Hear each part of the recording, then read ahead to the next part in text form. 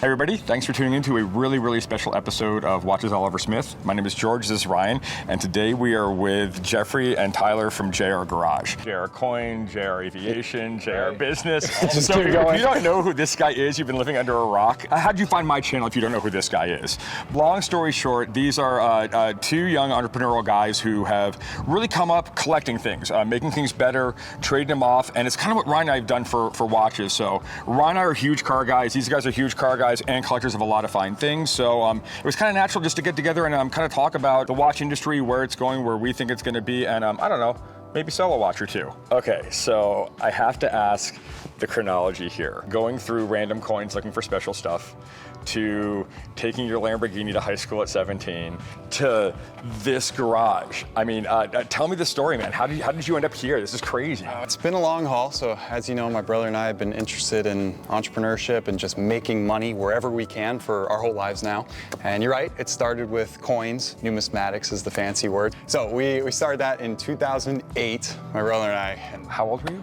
I was 9 years old. I'm fresh out of like 4th grade when I got really interested in this, and it turned into a business pretty quick. In that first full year, 2009, we grossed like $36,000 in sales. We just learned from mentors, learned as much as we could. Just like with watches, there's so much to know. You just got to meet the right people who you can learn from, and just and then just be a sponge. Just absorb all that information because it'll become so useful and valuable. So we just worked really hard flipping coins and these rare collectibles, and then it turned into buying our first cars, and that started with Porsche 944s. We have a few of them. Oh, maybe they're in the other garage, but anyway. The other garage, I love that. Yeah. So it started with those cars, and then the first Lamborghini, the first Ferrari, all these cars start coming, and these aren't just like blowing cash on dumb cars. These are buying cars that are good deals so we can flip them and make more money. And then we've done the same with airplanes now. I know this is getting crazy, but airplanes and jets, and it's been a heck of a lot of fun. But the next big thing was guys who like cars and planes, they usually have some watches. Yeah, this is true. This is true. So that's where Tyler comes in here, because he's taught us so much about watches, you guys too. Absolutely, no. That's what I said. It's about finding mentors, finding people who actually know what they're talking about and doing, and then just learning as you go. You got to start somewhere. We knew absolutely nothing, but my brother and I, he and I wanted like our first watch, right? We wanted a 2-tone sub, and then what do you know? One walked into Oliver Smith, and then that's where this all started. And then we learned we all liked cars, so it kind of birthed from cars and this desire for a Submariner, which we got, and I still have today. Absolutely love it. And this is the first watch of now many that we're putting together in our collection. So there you go. That's kind of the story there. Tyler's gotten himself into a bit of trouble in our story as well. He kind of fell down the rabbit hole pretty hard. As we tend to do, you start with one thing, then you get another, and then suddenly you're climbing up the ladder. And let's get into some of this. Okay, and then here's one of our prized possessions. My brother and I bought this thing in early 2017. It was our first salvage rebuild. So we bought this thing at salvage auction, rear-ended. I know you wouldn't think it now, but this thing was all smashed up in the rear. It was like 60,000 bucks. So if it was an automatic, it'd be worth like 120. But this has got, once again, a 6-speed manual gated transmission. So that is extremely desirable. If you could walk away with one, we both agreed on the 430. Although oddly, there's a Porsche 914 in here that I just, being of a certain age, I absolutely swoon and in over the right that. color scheme for and you in the right too. color scheme, I know, sure. just the right amount of loud. Oh yeah. Speaking of loud, speaking of loud, this is gonna hurt. Oh no. Looks like an F1 driver trying to get into the car right now. Headphone users beware.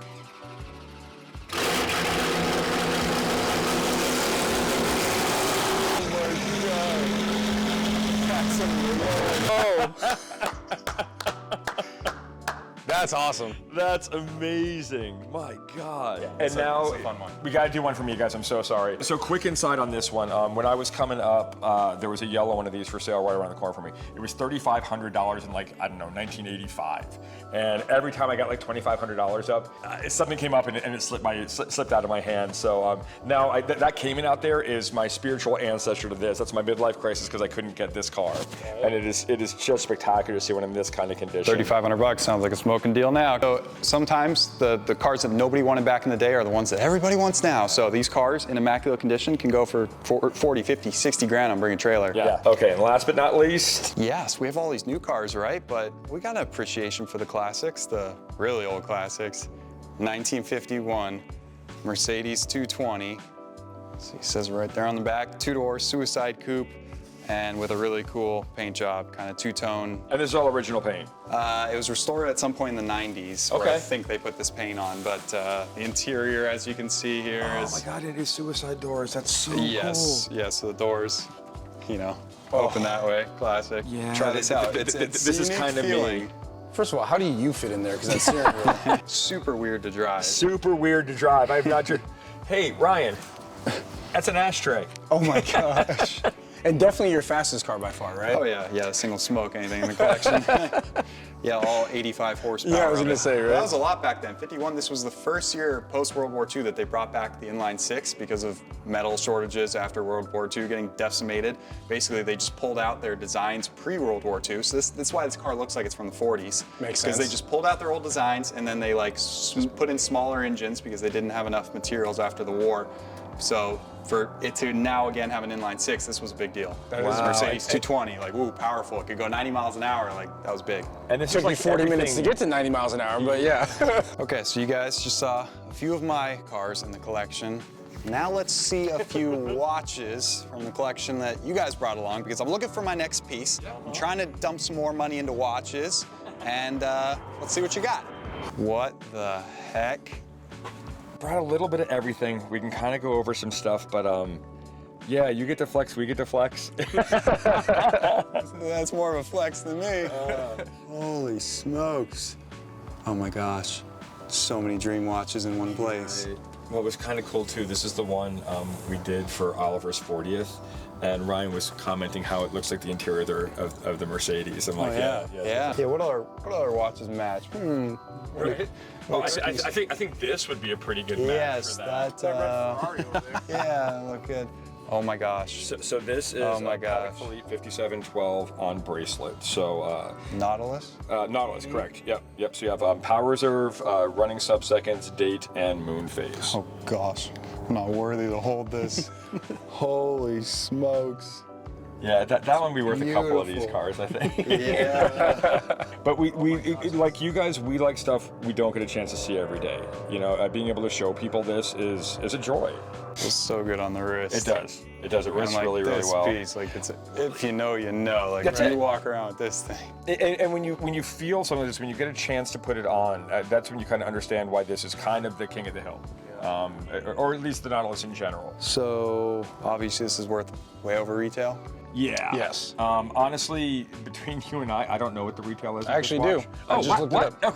Yeah. It is $82,000. Oh my God. If you can get yes, one. it's worth more than It's so even with the crash of the market or like the fall of the market over the recent years since the big crypto run up, the fact that this watch is still $200,000, yeah, and it's only $82,000. Don't think that's a little bit amount of money. That's a lot of money, but for this watch, it's a little bit amount of money. Well, and keep in mind, like we've discussed before, to put yourself in a position to spend that $82,000 is going to cost you $500,000 or more, and years of your life and blah blah blah. So it's always a balancing act, kind of like the car thing.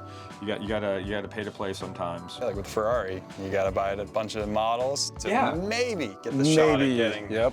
the Enzo. You buy this so I can get that later on. Ferrari. Yeah. Oh, I got you. People didn't care about this watch back in the day. They used to kick them underneath the case. What was it, Jason? Our guy, he was talking watches, and he goes, the sales guy just literally kicked it underneath the case. He's like, I didn't want it. Everybody wanted bubble backs back then, and now you actually want this watch, and they go for a ton of money. So. Yeah. Well, and the Daytona's one we kind of Especially use this one. as a mark for the market. The way I figure it, really, really, really desirable watches will be about a double up into the secondary market. And so the Daytona is still about a $14,000 watch, and depending on the dial variant, it runs around 30 in the secondary. Makes perfect sense. Happy to have that conversation. Stuff like the Patek. Okay, you can go to 3 times. You go 3 times, and you kind of go, okay. Makes sense, because the amount of money you have to spend to get that Patek at retail makes sense or justifies the amount after, right? And then this one's kind of cool too, because this is not just your normal run-of-the-mill Daytona. This is actually a Zenith movement Daytona, which is really cool. And the way Rolex did this, they actually moved Zenith into their factory, and they could still call it in-house because Rolex has obviously always been in-house movements, and so they actually moved Zenith right in. And this one's even more spectacular because it's starting to become a Patrici dial, which is It gets the a little yellow. bit of patino on the sub-dials. Yep. So Yeah, so this is the one we designed for Oliver's 40th anniversary in business with Parmigiani Fleurier. Kind of cool. There's only 5 of these in the world. You're wearing number 5. Oliver has number 1. So yeah, chronograph, annual calendar. We really went full out with this, and it's funny. Ryan gives me a lot of credit for designing this, but it was absolutely collaborative. Every single rendering I got from Parmigiani, I took to everybody's desk. I was like, "What do you think? What do you think?" You know. But I think the end result is really cool. You get kind of like vintage vibe to it, but very, very much a modern watch. I like it, and the band. The band super comfortable. is fabulous. It's subtle, yet it does pop at the same time, and just super detailed. practically hugs the wrist. So this is a Lange Söhne, a wonderful, wonderful German company. One of the best things. Well, you know, you like German cars; they do German watch as well. So this is the first and only mechanical digital manual wind watch. 42 millimeters in white gold, manual wind, and then if you look at it, it jumps every minute, Yeah. Whoa. And every hour. every 10, and then every hour. Yeah, it goes up. I've never seen this ever before. And some of the most beautiful craftsmanship. I've said it many, many times before. I think a Lange Söhne is the best serial produced watch on the planet. That's probably the coolest back I've ever seen. Yeah, and it wears well. It's big, but not overly so. And I love doing this on concrete. We're really good at what we do. But yeah, isn't that spectacular? Wow. It's got a little heft to it, but it feels really solid. That's white gold. There's a wrist presence there for sure. So as promised, Tyler and I brought a few of our watches. So I only have 2 watches. My collection's very small, but I'm looking to grow it soon. Like I said, I want to pick up some new watches very soon, but the first one is my 2-tone Submariner. This was my favorite watch as a kid. One of my mentors had this watch, and I wanted it, and I said it would be my first watch, and I'll keep it forever. I put it on this horse strap, this white strap, which I think looks pretty good, and it's a lot more wearable, daily driverable, so I like it. And then I also just picked up this bad boy. Oh boy, what's it gonna be? Boom, Yachtmaster 40. Platinum with the rhodium dial, platinum bezel. I think this watch is a little slept on. I love it with the blue seconds hands and stuff. I think it looks really cool. I've always wanted this watch for the last 3-4 years, and I finally got one. So that's the latest one of my collection. So pretty cool. 2 watches, nothing crazy. Tyler, however, he does have some crazy watches. So take a look at this. I don't know if my collection's too crazy, but I've got an interesting mix here. This is the very first watch I ever bought. This is kind of what started my love for watches. This is a little fossil annual calendar, but it's a skeleton, so it's kind of fun. This guy here was a Tag Aqua Racer. This was kind of my first achievement watch that I ever purchased. This Belova Precisionist. It's a big, bulky, kind of over-the-top piece, but it was a graduation gift from my dad, so I'll keep it till the day I die. And then I like the moon swatches, so I've kind of gone and just collected the ones that, you know, I find over time. So we've got the sun, we've got the moon, we've got Jupiter, we've got Venus, and then we got that thing. my crown jewel here is my Patek Philippe Aquanaut. That is such a step up. A little bit of a difference with everything here in the case, but It's kind of like my car collection. I have a $2,000 car next to like a $200,000 car. Right. It's the same thing here. Okay, Jeff, thank you so much for showing us around your garage and letting us play with some watches with you. Of course. Thank you so much for gifting me all these watches. I really appreciate it. Yeah, straight trade. The cars for the watches. The cars for the watches, right? Yeah. Oliver would kill us. I think I would take that deal. Oh my gosh, definitely some of my next dream watches are in this case, something that I can work toward. Be sure to comment down below which should be my next investment piece. I certainly like that Patek, so let's work a deal on it, I think. Yeah. And I think we if made some you of that. haven't, please go over to all the JR Garage, JR Aviation, JR Business, JR Coins, JR. Like, subscribe on everything these guys do, because